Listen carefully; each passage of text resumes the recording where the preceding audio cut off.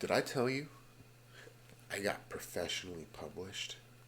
Professionally published. Alright, so this is an ASMR video about getting published. Do you like the offset camera angle or do you want it back on top? I don't know, one or the other. Eventually I'll pick it. Look at that, look at that, look at that. Isn't that great? Isn't that great? I wrote all that.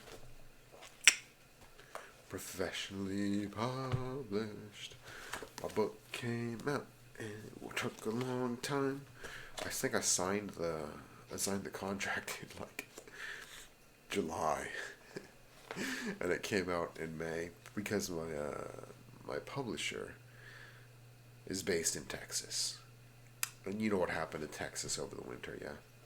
Plus the storms. They had a storm, a big storm, blew out the lights in my publisher's house, or my publisher's office, and boom, baby.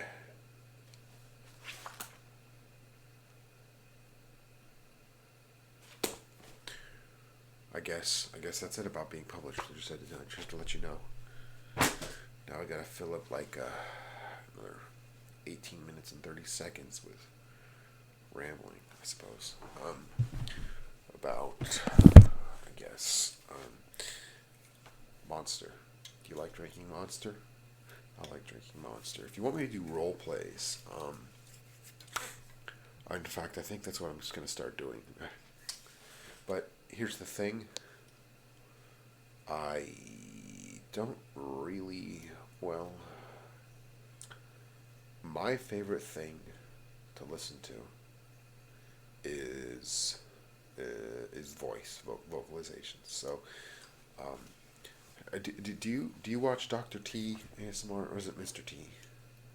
I think it's Dr. T ASMR. He has a very deep voice, and I really like it. I wish he'd do more straight talking videos because, you know, it's the good stuff, you know. Yeah, I wish Dr. T ASMR would do more talking stuff. Eventually, I may buy a Blue Yeti. Oh, is that it? Is that gonna be this entire video? Why don't you suggest me a topic that you want me to talk about? Oh,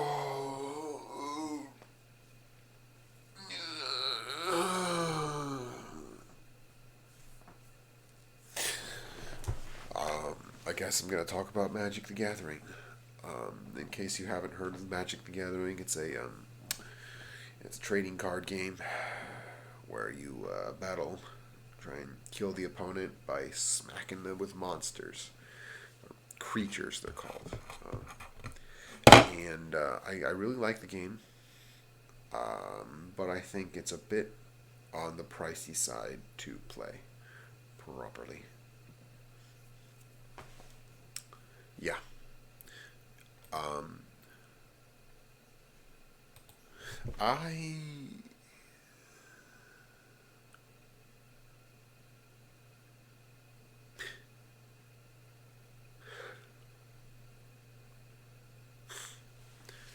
One of the things about me is that I don't really have any new insights. You know, insights, right? An insight about yourself, an insight about reality, an insight about how things work. I haven't had a major insight in a long time. When I was schizophrenic, it felt like all I was having were insights. Like, oh my god, this is real? Oh my god, this is how reality works? Oh my god, is this how everything works? Like the one of the insights I had that is crazy. I don't know if it's true. Is that the ancient pantheon, the Greek gods are one and the same with subatomic particles. So my insight, I don't know if this is actually true or not, is that ancient mythology follows subatomic physics. So like each subatomic particle is a god or series of gods because let's face it, what are subatomic particles but gods? Like, that's it. They are fundamental, rule setting entities that that cause reality to exist, and each one of these gods controls a different aspect of reality. But it's like the four humors, you know? Like originally the Greeks thought the body was just four humors, you know? Like four humors. But now we know the body is extraordinarily complicated. There's so much going on down there. But it's still medicine. And I think subatomic physics is a religion that gets stuff done. Like when you pray, so you know, okay, so generating electricity. When you generate electricity, you sacrifice coal. So the gods, the electric god, the god of electromagnetism, the god electromagnetism is the god, and he likes, or it likes, combustible materials. And when you sacrifice coal or oil, you gain energy. And it's qualitatively no different from sacrificing a bull to Yahweh or to Zeus. We're doing pretty much the exact same thing. We're taking a valuable object and burning it. But the ritual is a lot more complicated. Like in order to get the ritual of electricity generation to work, you have to build this really complex machine, and you have to continually sacrifice coal to it. It's a hungry master. It always eats the coal. And this god gives out electricity. He's like, you sacrifice coal to me, I'll give you electricity. And I think that's the only difference between our modern gods and the ancient gods, is that the ancient gods were personified. The ancient gods, the gods of the old pantheon, they were people. They had minds of people. They acted like people. But gods don't have to act like people. Gods are inscrutable. That's part of their very nature, you know? They're inscrutable. And electromagnetism is inscrutable, except by the very few who understand how it works, who are the priests. You know, like an electrical engineer is a priest of electromagnetism. And mathematics is just an insanely complicated codex. Like, you know how like in those fantasy worlds you use the words of magic. That's math. It's mathematics. You use the words of magic. And I think not enough people realize this. They realize that real deities are inscrutable. They don't act like people. They are not people. They do not even. It's like how we are inscrutable to an ant. Do you think an ant could comprehend Magic the Gathering, for example? If it walked over a magic card, it would just think, hey, this is a colorful little piece of paper. You won't even know it was paper. It's just like, I'm running on a colorful landscape. We're inscrutable. The ants, if you were to tame a colony of ants and give it sugar, would you want anything that ant produced? You just like, I don't know, these ants are. And my point is that God, or the gods, or subatomic particles, they're inscrutable, just like our world is inscrutable. And personifying deities, I think, is a fallacy, is a fallacious thing, because there's no, well,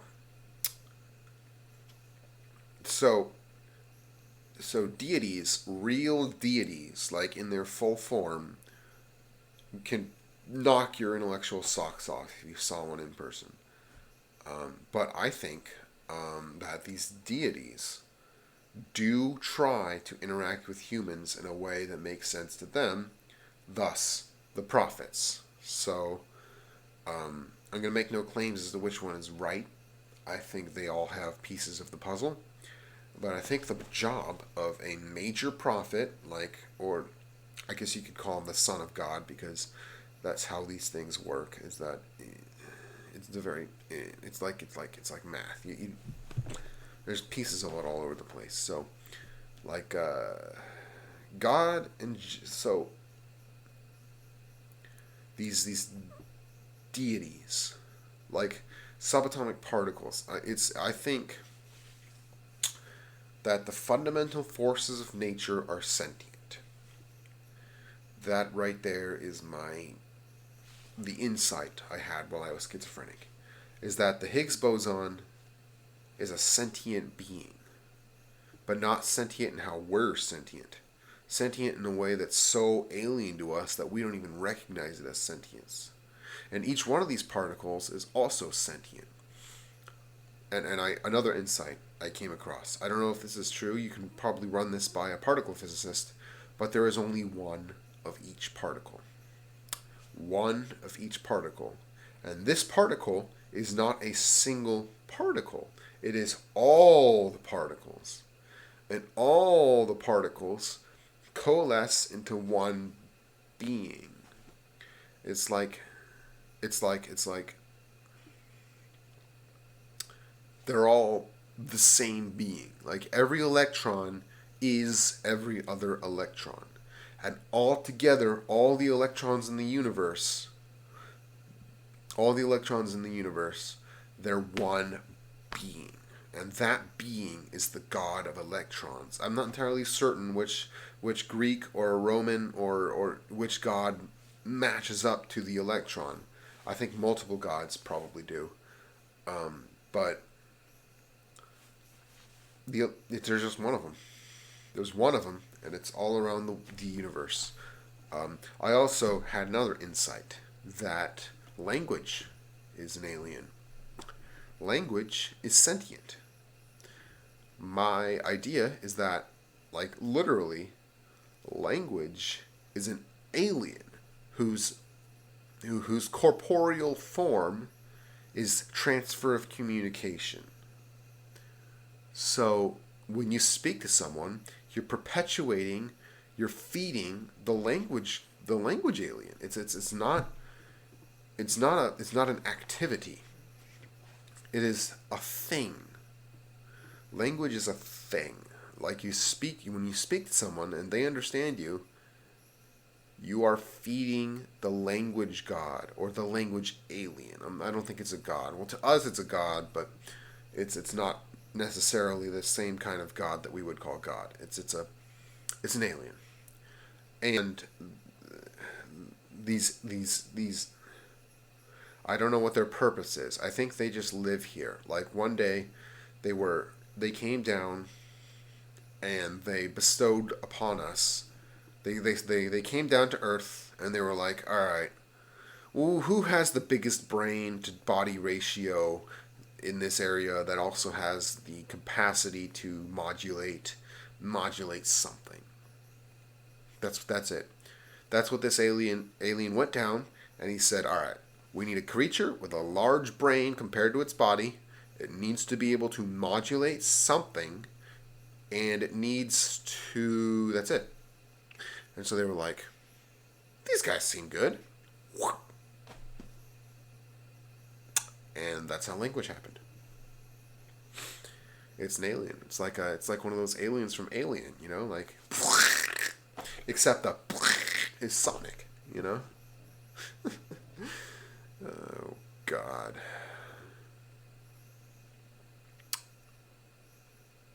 Also, I learned that humans are capable of telepathy. I think I may have talked about this before, but humans are capable of telepathy. I've experienced it, but since I'm on my medication, I haven't. I haven't experienced it since I started my medication. I don't intend to stop my medication because if I do, I'll go into Gaga Land again. Although it's very fun, it takes a toll on your relationships and on your real life.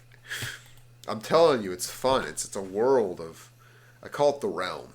It's you enter there by either A, going high, like on a drug, or B, being schizophrenic. And the realm is full of stuff. It's like an entire reality, almost completely separate from ours, in which the gods live. The real gods. The gods who, the OG gods. The gods of Mount Olympus and Asgard and the... One of the interesting things about the realm is that it is racially segregated. Like, it's racially segregated. It's very, very racially segregated. And it's also very sexist. When I was in the realm, I actually facilitated a rebellion of the females. So, like, I met up with a whole bunch of female goddesses, and I was like, we need to kick these boys in the ass, because they were doing weird stuff up there. Like, So when I went up there, the place was post-apocalyptic. It was an apocalypse up there, caused by a single guy who had access to lots of LSD down here. And he took the LSD and he went up to that realm and he trashed stuff. Ugh. He had no sense of beauty. He trashed everything up there. It was trashed. Absolutely trashed. And I fixed it. Most of it. Well, I defeated that guy. I don't even know his name anymore. He never told me his name. I got him... Well, I didn't get him to kill himself. He killed himself out of his own paranoia. So, for some reason, he managed to get so paranoid that he killed himself. Or he stopped coming up, which I assume meant he killed himself, or he destroyed his LSD recipe or whatever, but he's gone. Thankfully. And, so, yeah, back to my original insight, is that the gods of Mount Olympus correspond to the subatomic particles. And that the subatomic particles were not the first. So what happened is, in the past, so us humans, we're special. We're very special. We're the only species in this entire universe that discovered the Higgs boson before faster than light travel. So, most other species in the universe don't discover the Higgs boson until after they've colonized at least several star systems. And us humans are also special because we had no help. Almost every other alien species in this galaxy had help from another alien species. These aliens, so our galaxy is under a warrant of silence. So the gods of this galaxy purposefully keep all these alien civilizations silent. They say, our mandate is silence. That's why we don't see them. That's why we don't see any aliens out there. It's because the mandate of the law of this universe, which is perpetuated by a god figure, like an actual physical god, silence. We want silence. In our galaxy specifically. Our galaxy is the silent galaxy. That's why we don't see any aliens. There are quite a few alien civilizations in our galaxy, and not a single one of them bootstrapped itself like us humans did. Us humans, we took dirt and a brain and turned it into this. And we, like I said, I think we are the only species, at least in this galaxy, who discovered the Higgs boson first. We were the ones who discovered the Higgs boson. All the other aliens, they didn't discover it not because they weren't smart, but because they weren't cooperative. Compared to other aliens, we're a hive mind. Like other alien species, most other alien species, they are not as collectivist as we are. Either A, they are much more independent than we are, or B, they are much more collectivist than we are. They're like ant species. They are either A, like eagles, or B, like ants. When they're ants, they're so rigidly constructed around their societal conventions that they can't innovate. And if they're eagles, there's not enough division of labor to create something so special. So us humans, we're special because we're in that sweet spot between ants and eagles where we can share information but still innovate. And that's why us humans are special in this galaxy and possibly in this galactic cluster. And that's all I have to say for today. I hope you tune in tomorrow for some more insights from the realm.